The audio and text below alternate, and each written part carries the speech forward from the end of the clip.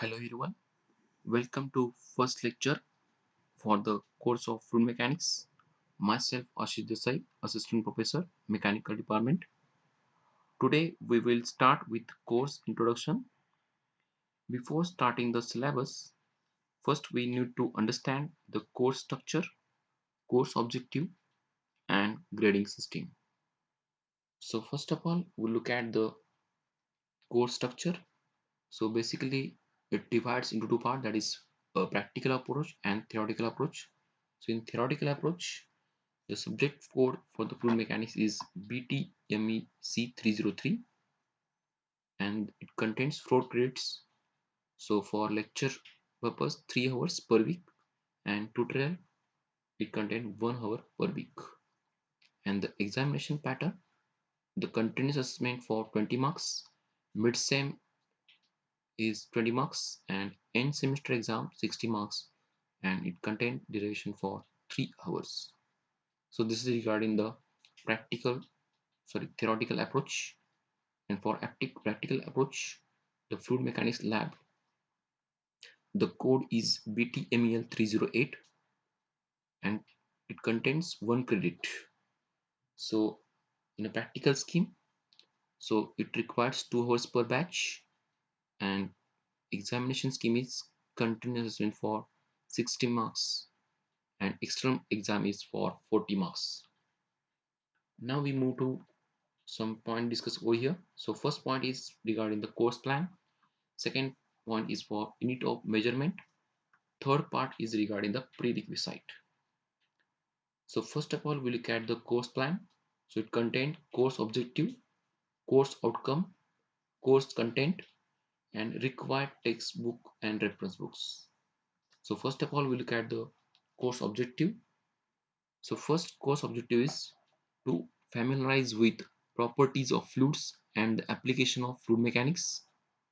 So this is regarding the basics of fluids. Then second part is regarding the to formulate and analyze the problems related to calculations of forces in fluid structures. So here the fluid is at rest as well as in motion. We can analyze the forces and we formulate the structure. So this is regarding the second course objective. And for third course objective is to understand the concept of fluid measurement, types of flows and dimensional analysis. So this is the course objective third. The next, after this course, the some course outcome is there. So first course outcome is explain various properties of fluid and their SI units. Second course outcome is the determine the hydrostatic forces on the plane and curved surfaces and explain stability of floating bodies. Then third course outcome is to understand the concept of fluid measurement, types of flows and dimensional analysis. Fourth course outcome is apply the Bernoulli's equation to simple problems in the fluid mechanics. Fourth, after the fourth course outcome, the fifth course outcome is explain the laminar and turbulent flows on a flat plate and through the pipes. Then fourth course outcome is make use of dimension analysis to simple problems in fluid mechanics and explain boundary layer, drag and lift. So this is regarding the course outcome. Now we move for the course content. So basically it divide into 6 units. So first unit is regarding the basics. So it also divided in two parts. So first part is regarding the properties of fluid and second part is for pressure measurement. So in first part it includes definition of fluid, fluid properties such as density, specific weight, specific gravity, then kinematic viscosity, dynamic viscosity, vapor pressure, compressibility, surface tension, capillarity, Mach number, etc. Then second part, it contains measurement of pressure. So it includes the pressure at a point in the static mass of fluid, variation of pressure, Pascal's law, pressure measurement by simple and differential manometers using manometric expression. So this is related with the basics of fluid mechanics. Then second unit is regarding the fluid statics. So fluid is at rest condition. So here we discuss the hydrostatic forces on the plane and curved surfaces. Then center of pressure beyond a sea, center of beyond a sea, stability of floating bodies, metacenter and metacentric height, its application in shipping. So this is regarding the fluid statics. Then third unit is fluid kinematics. So in that content, the fluid is in motion and pressure forces is not considered over here.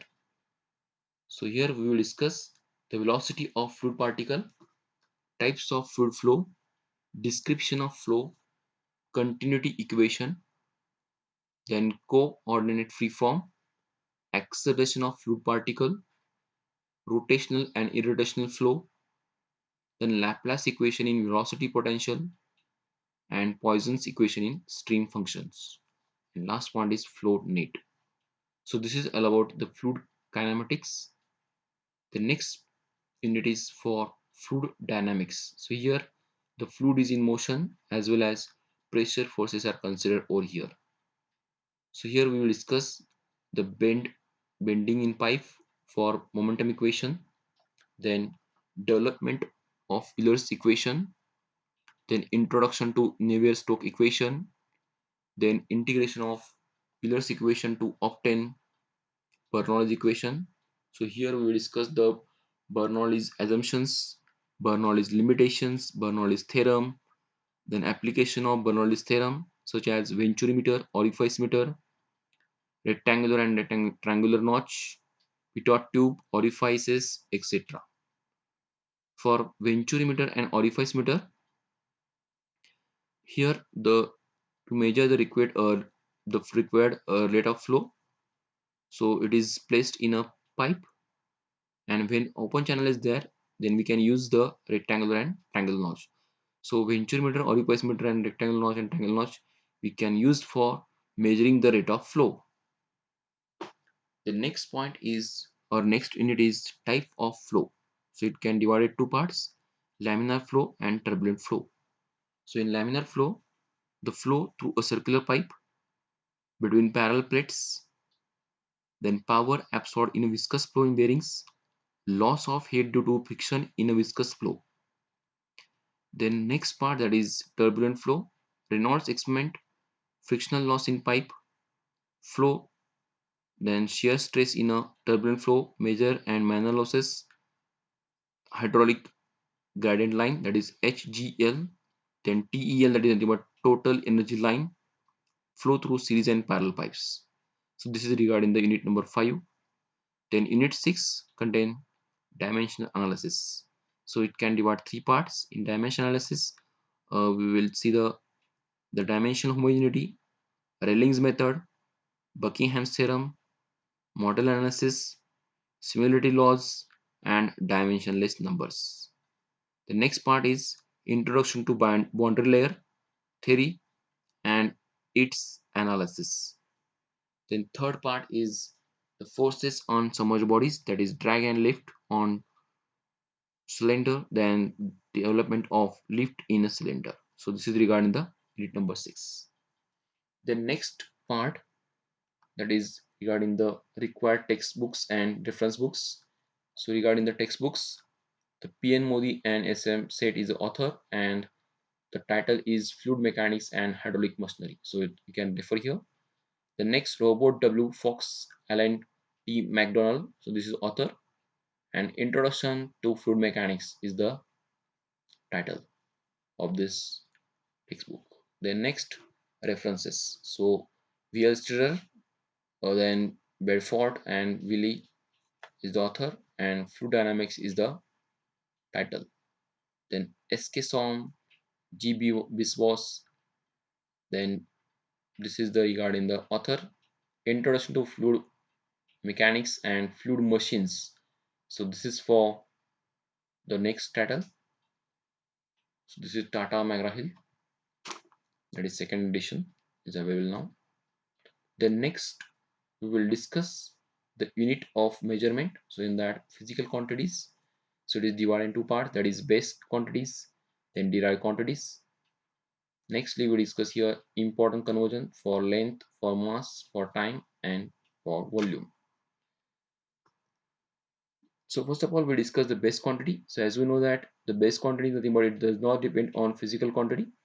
So here the length is expressed in a meter for SI unit.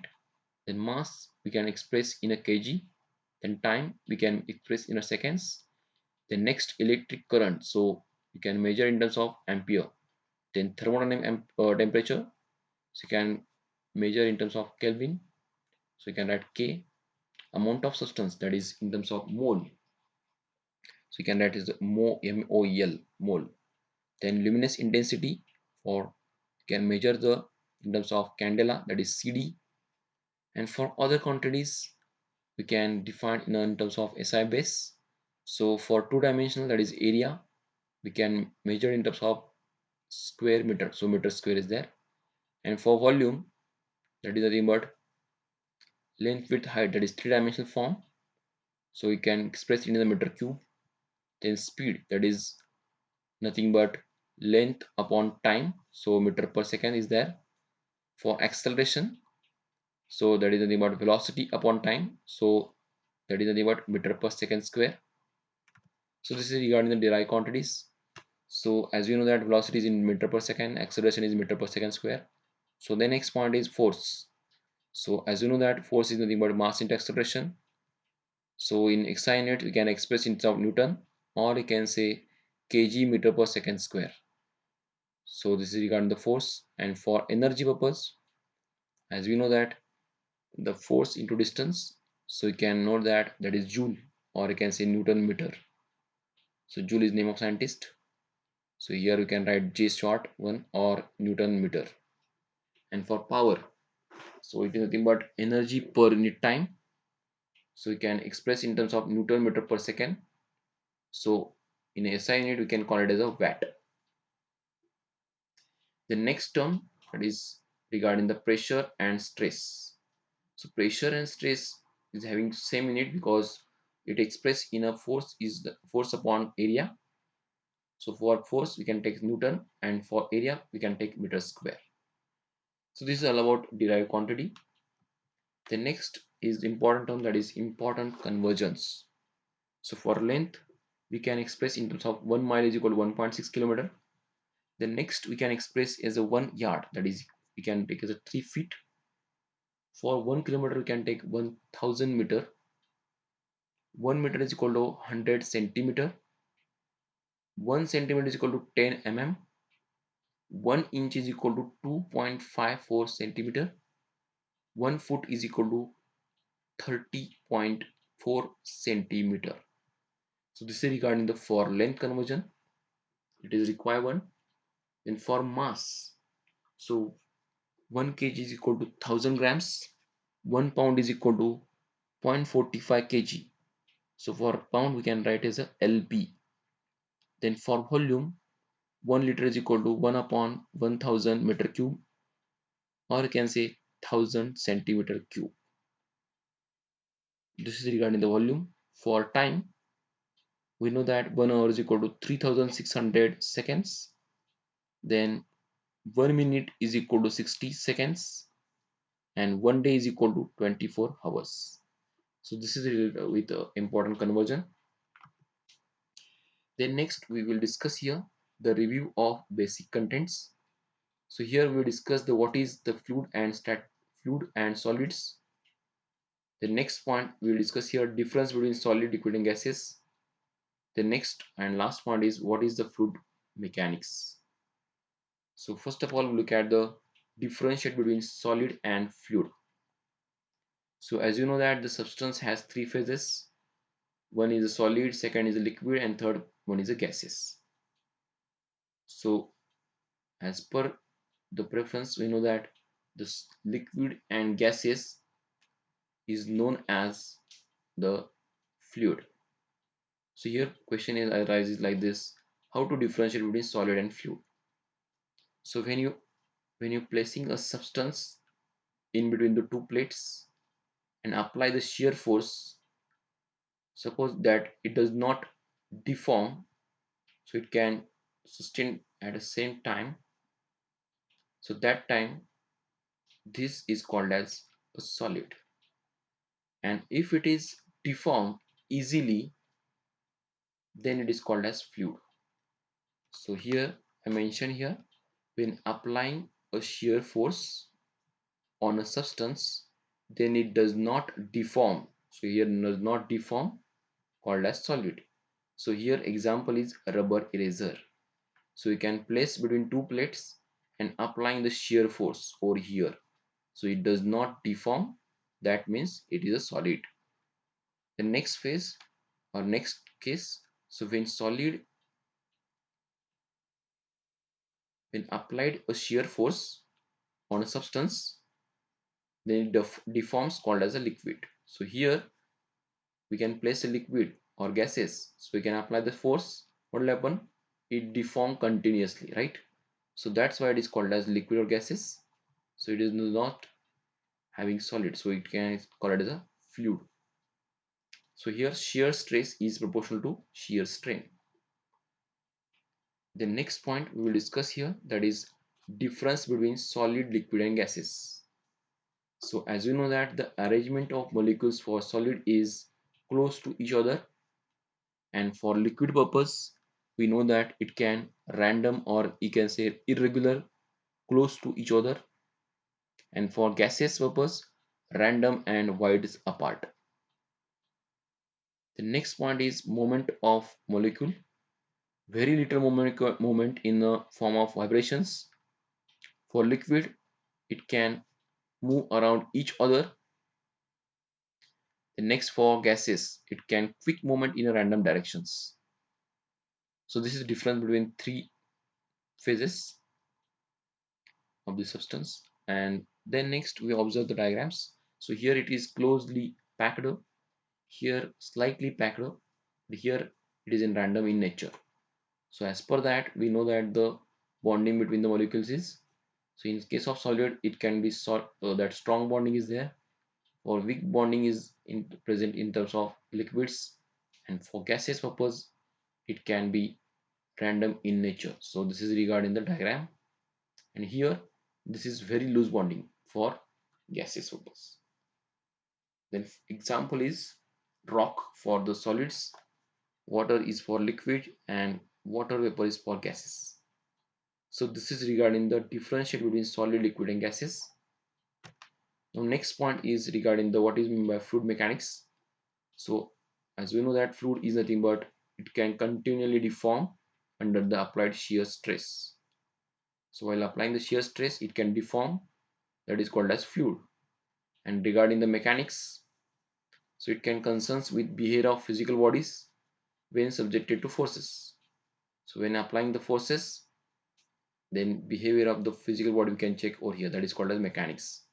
So overall we can say that fluid mechanics is nothing but it is a branch of science which deals with behavior of fluids at rest or fluid in motion and their subsequent effects on surrounding environment. So in short we can say that the fluid mechanics is nothing but the study of behavior of the fluids. So it may be rest or motion. So this is regarding the fluid mechanics. So in that sessions we discuss the course structure, course grading, then course outcome, course objective. Then we will discuss here the differentiate between solid, liquid, gaseous. Then we know that the what is meant by fluid mechanics. So this is all about the fluid mechanics. In next session we will focus on first chapter.